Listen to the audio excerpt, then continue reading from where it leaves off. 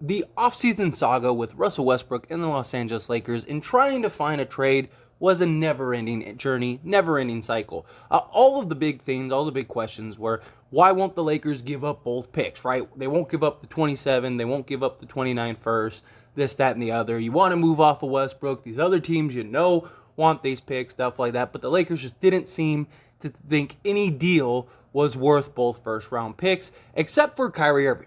We did see at one point that they were offering both firsts for Kyrie Irving. But at that point, shortly after, you saw Kevin Durant opt in, and that was it. That was over. But ESPN reported today, Dave McMenamin, that the Lakers were willing to offer both firsts for not only Kyrie Irving, but also Donovan Mitchell. That their basically hat was in the ring with these things. Also, a couple weeks ago, now at this point, there was also a report that was just kind of in passing that said that the Utah Jazz always knew that they could have went to the Lakers if need be for Mitchell.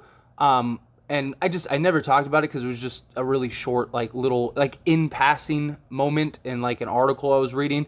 And the article in general was just about the Mitchell trade and stuff like that. So I was talked about that specifically.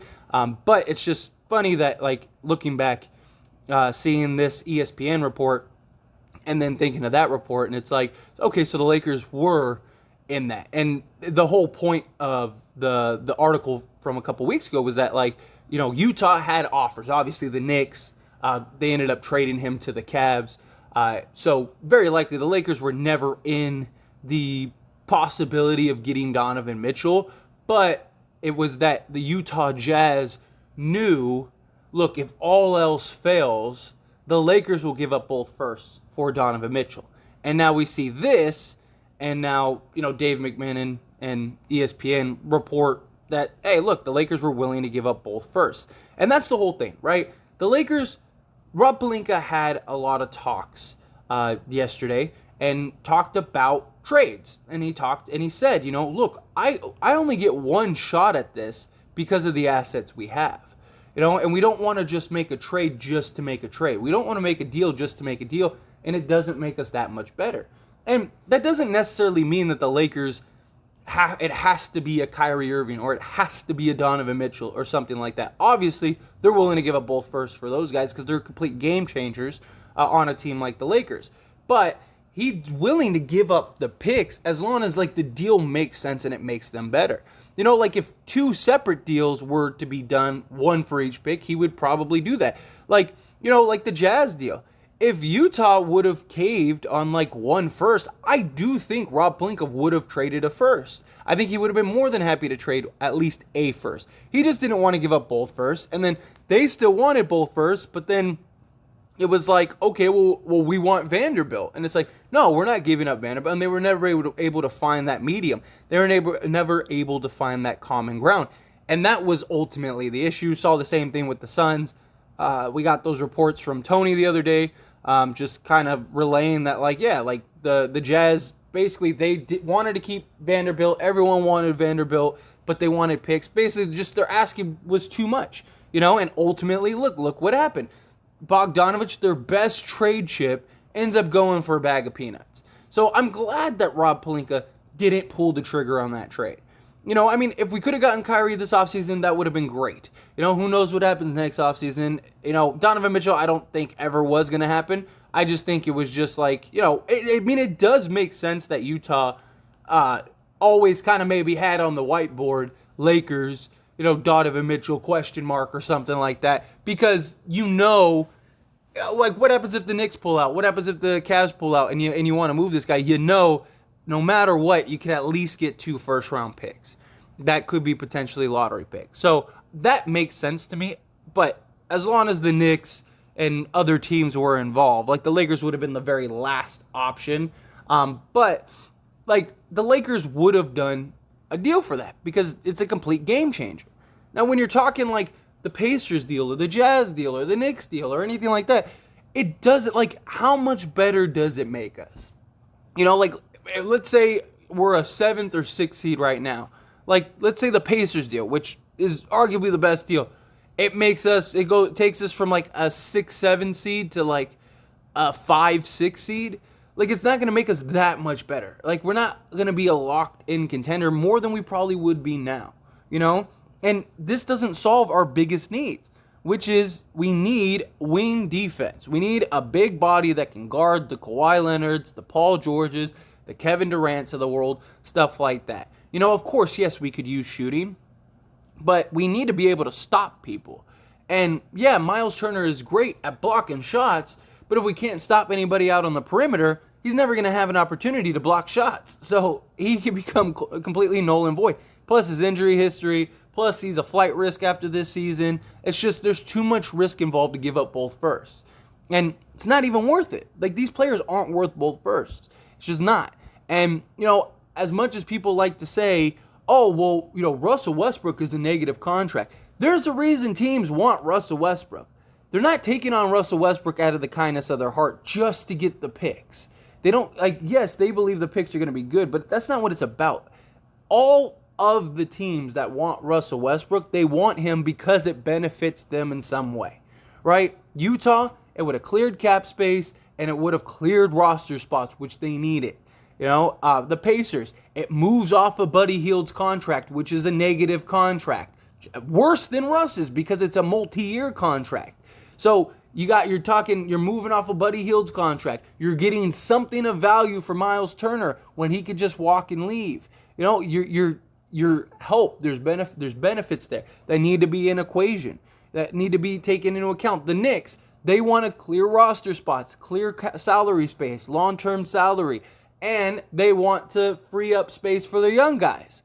You know, like, that's why from day one, when, like, the Knicks and the Lakers trade was happening, even with Russ, all the experts were like, the Knicks probably have to give up a pick in that deal because the Lakers are taking on more and doing more. Like, all of these teams want Russ specifically because it helps them, and they're getting assets on top of it. You know, it's not like the Spurs with the Kyrie deal. Spurs with Kyrie wanted one first-round pick for Russell Westbrook because they were literally just taking on Russell Westbrook, and that was it. There was no real need or reason for them to, other than like, hey, we got a bunch of cap space, we'll take a first-round pick. That is the only deal where the Spurs make sense of saying, like, hey, we want both firsts. Because even now, even like the whole Spurs trade, which I do not think is worth 2 firsts at all, but even the whole Spurs trade, you know, a lot of people want to see the Spurs trade. If you're the Spurs, you're standing firm on the 2 first-round picks because you don't care. You don't need to clear cap space. You don't need to clear roster spots. You don't need anything. Like, you know, you could stay with the team you have, and you're probably still the worst team in the league. Like, even Pop was saying, like, don't expect any championships or any playoff runs or anything, you know? Like, that's just where we're at. That's just what it is for them. You know, that made sense why they would want 2 firsts. You know, because one for taking on Russ and one for, you know, the players. Okay, that makes sense. That I get. I don't think it's worth it. That's why the Lakers haven't done it. But none of the other deals make sense. And all of the fans are like, oh, well, you know, the Lakers, you have to give up 1 first for Russ. No, you don't. He's an expiring contract. The teams want to take him because of that. There's value in Russell Westbrook. If there wasn't value in Russell Westbrook, teams wouldn't care about the picks. They wouldn't want to trade for Russell Westbrook. If Russell Westbrook was on a 2-year deal, there wouldn't be a team in the league right now that would want to take Russell Westbrook. But he's expiring, and teams are like, hey, we can move off a salary, and we can get some assets. Why wouldn't we? You know, it's a win-win for them. But people don't look at the entire package. They just see Russell Westbrook sucks and da-da-da-da-da. Like, you know, the whole silly narrative. But I just, I do think the Lakers, if a trade comes at some point. Now, look, I think this is it. I think this is the roster we have. I have said if Russell Westbrook ends up on the roster start of the season, that's it. He's not going anywhere. He's staying with the Lakers. Because by the trade deadline, unless a star, you know, unless a Donovan Mitchell or Kyrie Irving type player, like level type player, becomes available, it just probably doesn't make any sense for the Lakers because either you're going to be good and you don't want to mess up chemistry, or you're going to be really bad. And then it's like you might as well finish the season, right? So I just don't see a scenario where the Lakers end up making a trade at the deadline, unless it's just a trade that's too good to be true. You know, like if it's like a really good deal and the Lakers are like, oh, we got to take this, then yeah, maybe. But realistically, I don't think anything happens. But I do believe if at any point, there is a legit deal on the table, I really think that that the Lakers will take it. I really do. I think even today, if, you know, the Pacers came and were like, okay, we'll take one first, I think that they would do it. You know, the Jazz, I mean, still keep an eye out on the Jazz, you know, because the Jazz are still trying to look for trades and look for deals and stuff like that. I mean, even Mike Conley at Media Day and stuff was talking about, you know, wanting to be on a team that can contend and this, that, and the other. So I'm just saying, like, I don't necessarily think a trade happens, but don't be shocked. Don't be surprised if one does. But anyway, as always, this is a discussion, so I want to hear from you. Let me know your thoughts and opinions down in the comment section below. What do you think? What did you think of this information? What did you think of this news? However you feel, I'd love to hear your thoughts and opinions. Quick little shameless plug, everyone. If you enjoy my videos and commentary here on this channel, As It Stands Lakers, then check out the link down in the description below and go subscribe to As It Stands. Believe it or not, As It Stands was the first channel. If it wasn't for that channel, this channel would never have existed. Because of the success of that channel, it led me to want to create this Lakers channel. So do me a huge solid. If you're not subscribed over there, go check that out. Go subscribe over there. I talk all things sports, all teams, things like that, not just the Lakers. So if you just enjoy my commentary and want to hear me talk about other things, or you just, you know, are a fan of other sports and other teams, go check that out. I promise you will not be disappointed. That being said, hit that like button. Helps me out a lot. Lets me know you enjoy these types of videos, and I truly appreciate it. If you're not subscribed to the channel, hit that subscribe button, followed by the bell notification. Stay up to date with all things sports. Join this wonderful community and all of our discussions. I'll see you all in the next one. Thank you.